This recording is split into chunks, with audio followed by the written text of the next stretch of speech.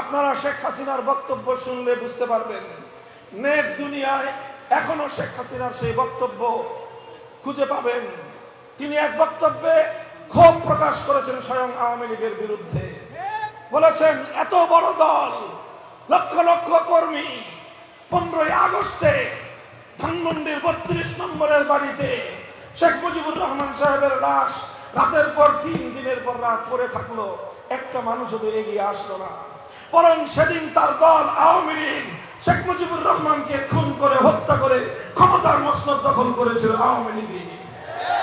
এই জন্য সেদিন থেকেই তিনি পণ করেছিলেন এই শেখ হাসিনা ভয়ঙ্কর, মনে মনে সে আওয়ামী লীগকে ধ্বংস করার পণ করেছিলেন।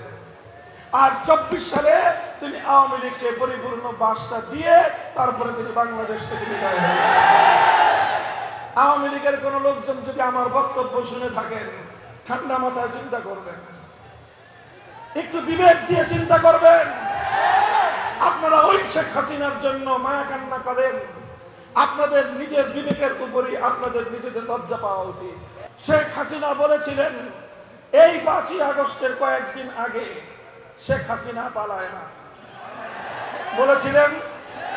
আজকে বাংলার মানুষের কাছে, বীর চট্টলার জনতার কাছে আমি জিজ্ঞাসা করতে চাই, শেখ হাসিনা পালায় না পালায় না?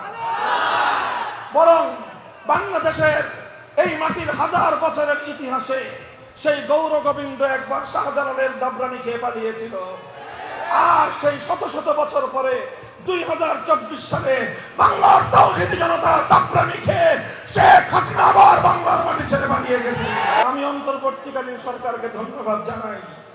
সন্ত্রাসী সংগঠন হিসেবে ছাত্রলীগকে নিষিদ্ধ করে ঐতিহাসিক সিদ্ধান্ত নিয়েছে। জোর দাবি জানাতে চাই, ছাত্রলীগের চেয়ে অনেক বেশি সন্ত্রাস করেছে যুবলীগ, তার চেয়েও কয়েক গুণ বেশি সন্ত্রাস করেছে আওয়ামী লীগ। যে কারণে ছাত্রলীগ নিষিদ্ধ হয়েছে, যুবলীগ নিষিদ্ধ হতে হবে, হাতুড়ি লীগ নিষিদ্ধ হতে হবে, হেলমেট লীগ নিষিদ্ধ হতে হবে। আওয়ামী লীগের রাজনীতি করবার শাহজালালের বাংলায় কোনো অধিকার নাই, কোনো অধিকার